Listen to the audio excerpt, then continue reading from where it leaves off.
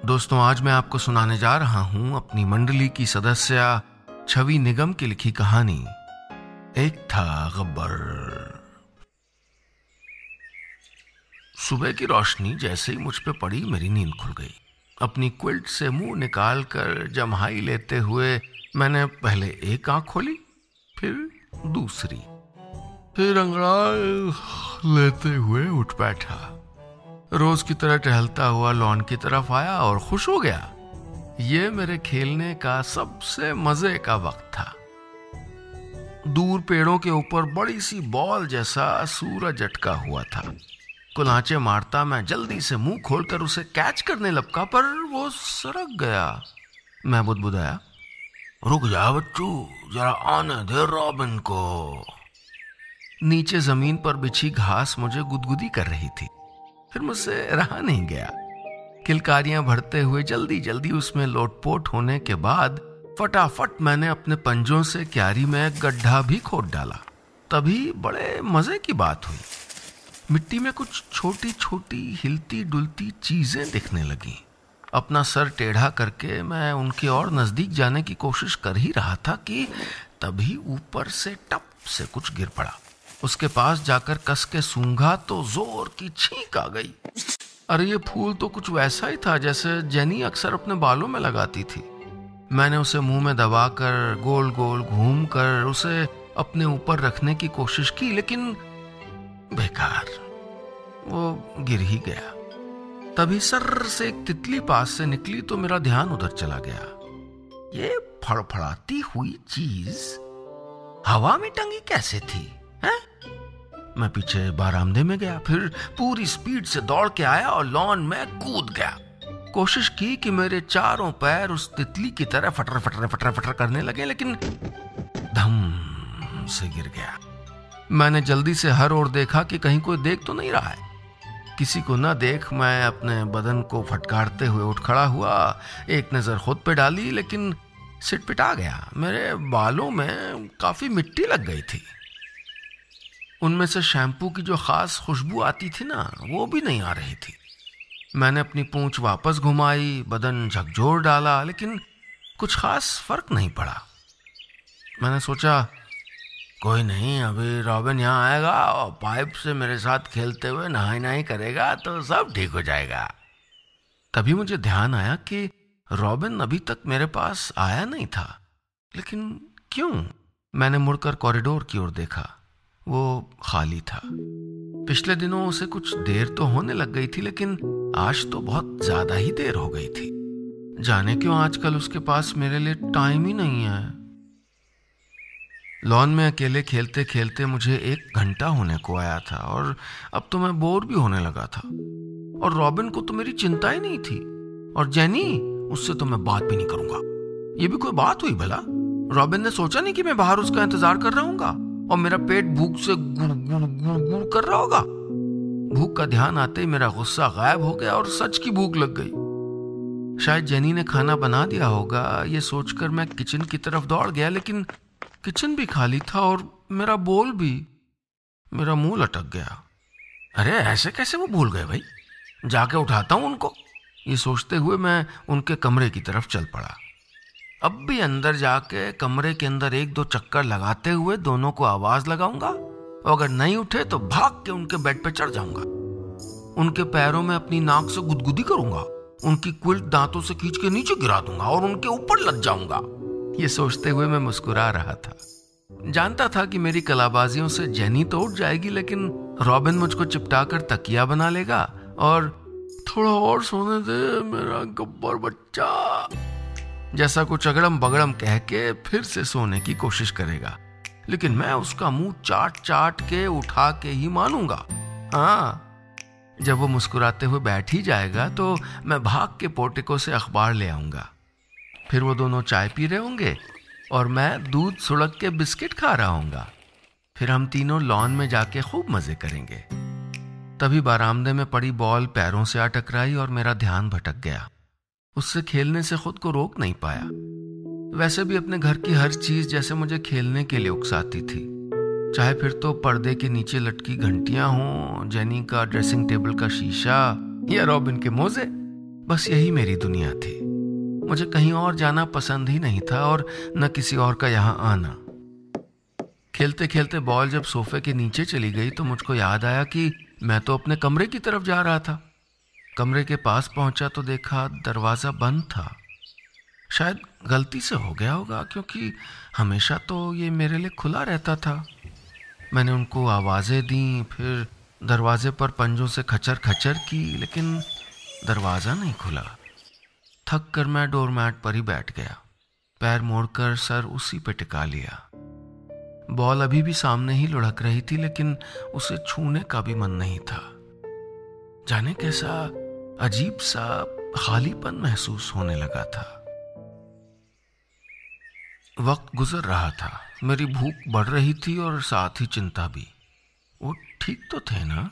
मैंने सर टेढ़ा करते हुए अपने कान दरवाजे से लगा लिए। कुछ आवाजें सुनाई दी, रॉबिन और जेनी की, और एक और अजीब सी आवाज। मैं समझ गया कि ये उसी नन्हे से खिलौने की आवाज थी जो कुछ वक्त पहले उनकी गोद में घर आया था। तो क्या उन्हीं की वजह से आज ये दरवाजा मेरे लिए बंद हो गया था? मैंने गुस्से में दरवाजे को आखिरी बार धक्का दिया। जाओ, नहीं खोलना तो मत खोलो। मैंने कस के अपनी बॉल में दांत गड़ा दिए। वो फटाक से फूट गई। अब गुस्से के साथ साथ रोना भी आ रहा था।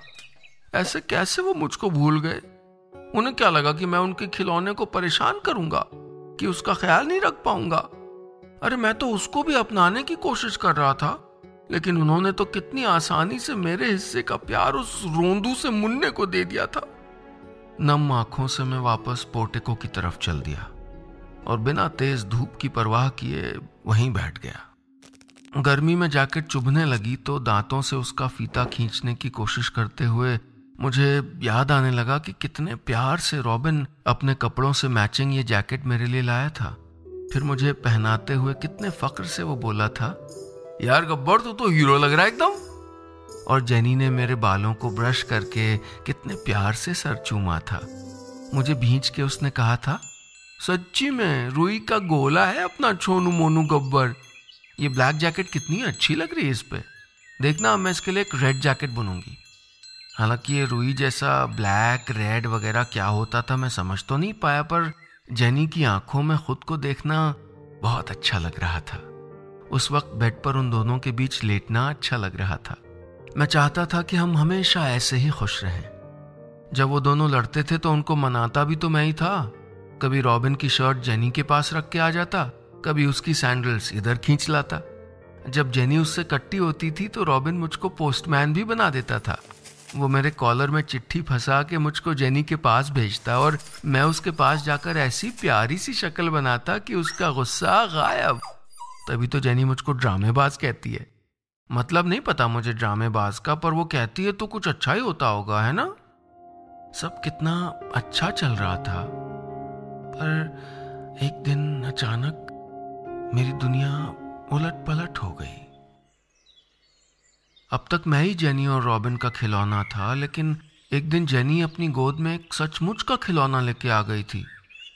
रॉबिन ने मुझे भी वो खिलौना दिखाया, बोला, आजा गब्बर देख हमारा बेबी कितना क्यूट है ना। मैं अचकचा के पीछे हट गया। Baby cute? पर ये सब तो वो मुझको कहते थे ना। फिर अब ये कौन दूसरा आ गया था? वैसे वो बेबी था तो क्यूट। मैंने सोच लिया था कि मैं भी उसको अब बेबी कह के ही बुलाऊंगा। पर जब मैं धीरे धीरे बेबी के पास गया और उसको सूंघने लगा तो वो अजीब से क्वां क्वां की आवाजें निकालकर हाथ पैर हिलाने लगा। रॉबिन ने पहली बार मुझे घूर के देखा और जेनी मुन्ने को थपथपा कर प्यार करते हुए कमरे में चली गई। मुझे अच्छा नहीं लगा। फिर भी मैं बेड पे चढ़कर बिल्कुल उस बेबी की तरह पीठ के बल लेट गया। अपने पैर हवा में चलाते हुए मैं मुंह से वैसे ही ऊ की आवाज निकालने लगा। जब कोई आवाज नहीं आई तो मैंने आंखें हल्की सी खोल के देखा। रॉबिन और जेनी के माथे पर बल पड़े हुए थे। मैंने जब उस मुन्ने से खेलने की कोशिश की तो रॉबिन मुझी पे चिल्ला दिया, नो गब्बर। रॉबिन ने पहली बार मुझे इतनी जोर से डांटा था। मेरी आंखें भर आई थी। अब तो मेरा कमरे में जाना भी बंद हो गया है। अब मैं चुपचाप पोर्टिको में बैठा रहता हूँ या अकेले लॉन में खेलता रहता हूँ। पहले पहले लगता था कि सब कुछ पहले जैसा हो जाएगा, लेकिन रॉबिन और जेनी के पास तो अब मेरे लिए टाइम ही नहीं है। पूरा टाइम उस मुन्ने के साथ ही रहते हैं और इतने से पिद्दू के लिए इतनी सारी चीजें लाते हैं कि मैं तो हैरान रह जाता हूँ। मेरी जैकेट कब से गंदी पड़ी हुई थी, पर ना रॉबिन मेरे लिए नई जैकेट लाया और नई जेनी ने बुनी। मेरा कॉलर लटक गया था, उन्होंने कहाँ देखा। अब वो मेरे फेवरेट बिस्किट्स लाना अक्सर भूलने लगे थे और टीवी पे मेरे लिए टॉम एंड जेरी लगाना भी। अगर रॉबिन और जेनी को मेरी परवाह नहीं है तो आई ऑल्सो डोंट केयर। मैंने तय कर लिया है, मैं इस घर को छोड़ के चला जाऊंगा। शाम हो गई थी और उदासी भी बढ़ गई थी। मैंने अपने गेट को धक्का देते हुए आखिरी बार पीछे की तरफ देखा, लेकिन मुझे रोकने कोई आवाज नहीं आई। फिर उस जरा सी जगह में फंसता अटकता हुआ मैं बाहर निकल आया। सड़क पर भागती गाड़ियों की तेज रोशनी मेरी नम आंखों पर पड़ी तो बचता बचाता दूर एक अंधेरी पगडंडी पर उतरता चला गया। न जाने कैसे, न जाने कहां। तभी पीछे खतरे की गंध महसूस हुई तो मेरी गर्दन के बाल खड़े हो गए। एक पूरा झुंड धमकी में गुर्राते अपने तेज नाखूनों वाले पंजों से जमीन चीरते, नुकीले दांतों से लार टपकाते मेरा पीछा कर रहा था। डर के मारे मैं सरपट दौड़ा और पुल के नीचे एक अंधेरे कोने में हांफते हुए दुबक गया। बाहर बुरा था, मुझे घर कस के याद आने लगा था। तभी कोने में कुछ हलचल दिखी। मैंने डरते डरते देखा तो हैरान रह गया। अरे, यहां भी एक नन्ना मुन्ना चलता फिरता वाला खिलौना था, कुछ कुछ मेरे जैसा। कुछ देर में वो आंखें बंद किए किए मेरे पेट पर चढ़ने की कोशिश करने लगा था। मुझे तुरंत जेनी और रॉबिन का खिलौना याद आ गया जिसने घर में मेरी जगह ले ली थी। मैंने गुस्से से उसको दूर ढकेल दिया। कूं कूं करता हुआ वो दूर जाके गिरा। मुझे थोड़ी चिंता हुई। जल्दी से जाके उसको सूंघा और चाटते हुए हिलाया डुलाया तो उसे ठीक ठाक देखकर मैंने चैन की सांस ली। वापस आकर लेटे कुछ ही वक्त हुआ था कि वो छुटकू वापस मुझसे चिपक के लेट गया। मैंने उसको परे हटाया, लेकिन बेकार। मैंने उसको घुड़का, पर शायद उसे डांट का मतलब ही नहीं पता था। हार कर मैंने उसे खुद से सटकर गुड़ी मुड़ी होकर सोने दिया। क्या मुसीबत है, मैं बुदबुदाया। चलो रात की बात है, सुबह से भगा दूंगा यहाँ से। सोचते सोचते मैंने करवट बदली। बड़ा अजीब सा लग रहा था यहाँ इस ऊबड़ खाबड़ जगह पे सोना। मुझे अपने गुनमुने गद्दे की याद आ गई जो जेनी ने मेरे लिए सिला था। मुझे घर में ना देखकर दोनों परेशान तो नहीं हो रहे होंगे, मैंने सोचा। फिर तुरंत ही खुद को रोक भी लिया। मैं उनके बारे में क्यों सोचूं, मैं तो गुस्सा था ना। सोचते सोचते पता नहीं कब मुझे नींद आ गई। अगली सुबह नींद खुली तो देखा छुटकू कुनमुना रहा था। उसका मुंह भूख से बिल्कुल सूख गया था। मैं दबे पांव बाहर निकला।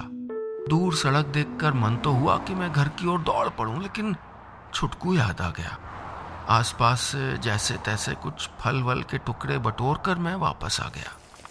मुझे देखकर वो खुश हो गया और जल्दी जल्दी खाना कुतरने लगा। खाना खत्म हुआ तो लाड से उसने मेरा मुंह चाट चाट के भिगो डाला। मुझे भी हंसी आ गई। ठीक है, बस बस। पर वो रुकने वाला कहाँ था। खा पी के वो मुझसे फिर चिपट के सो गया।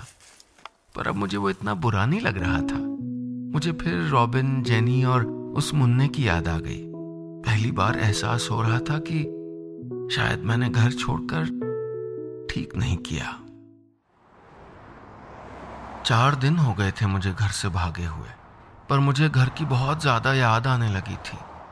घर पे सब कितना अच्छा था। न खाने के लिए चिंता होती थी, न ही गली के आवारा डॉगीज का डर था। फिर रॉबिन और जेनी प्यार भी तो कितना करते थे। पर प्यार करते थे तो मुझको ढूंढने क्यों नहीं आए अभी तक। मुझे जब तब ये ख्याल आता और मैं घर वापस जाने का ख्याल छोड़ देता। वैसे मुझे अब घर का रास्ता याद भी नहीं आ रहा था। और फिर ये छुटकू भी तो था, इसको अकेला कैसे छोड़ देता। ऐसे ही एक सुबह तेज शोरगुल सुन के मैं चौंक गया। वही शिकारी झुंड छुटकू को घेरे हुए खड़ा था। पता नहीं मुझे उस पल क्या हुआ, अपना डर भूल भाल के मैं जोर से भौंकते हुए उन पे झपट पड़ा। मेरे अचानक हमले से घबरा कर वो दुम दबा के भाग गए और छुटकू भाग के मेरे पैरों से लिपट गया। उस पल मुझे समझ आया कि प्यार क्या होता है। जो एहसास इस छुटकू के लिए मुझ में जागे थे, वही कुछ तो रॉबिन और जेनी के मन में भी अपने बच्चे के लिए रहे होंगे। मुझे उनके प्यार पर केवल अपना हक नहीं समझना चाहिए था। इस बार जब मैं बाहर निकला तो छुटकू रोज की तरह डगर मगर करता हुआ मेरे साथ चल दिया, पर अब मैं उसे दुलार रहा था, संभाल रहा था। मैंने रास्ते में देखा जगह जगह दीवारों पे चिपके कागजों पे मेरी फोटो लगी हुई थी। किसने लगाई होगी? रॉबिन और जेनी ने। अचानक मेरे कान खड़े हो गए, मेरे कदम ठहर गए।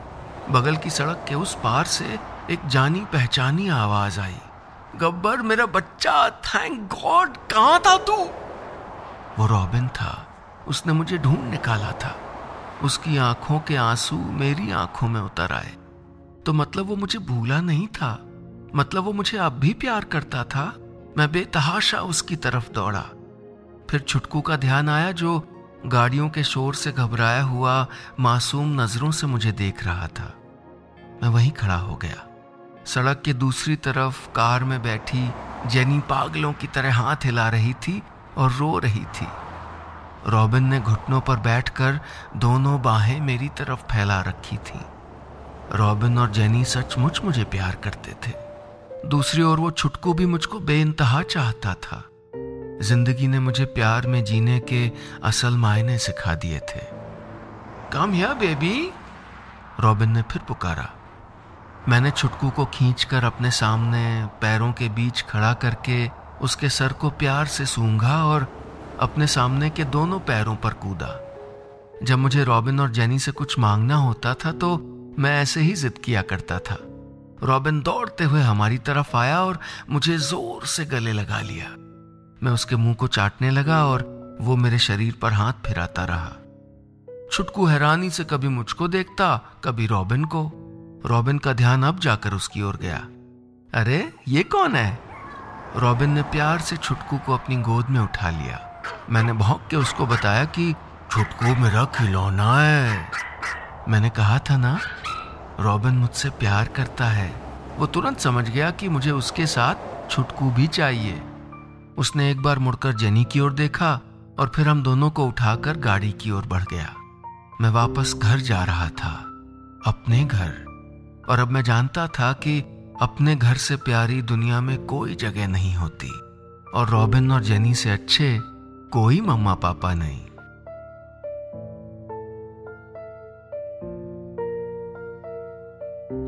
बस इतनी सी थी ये कहानी।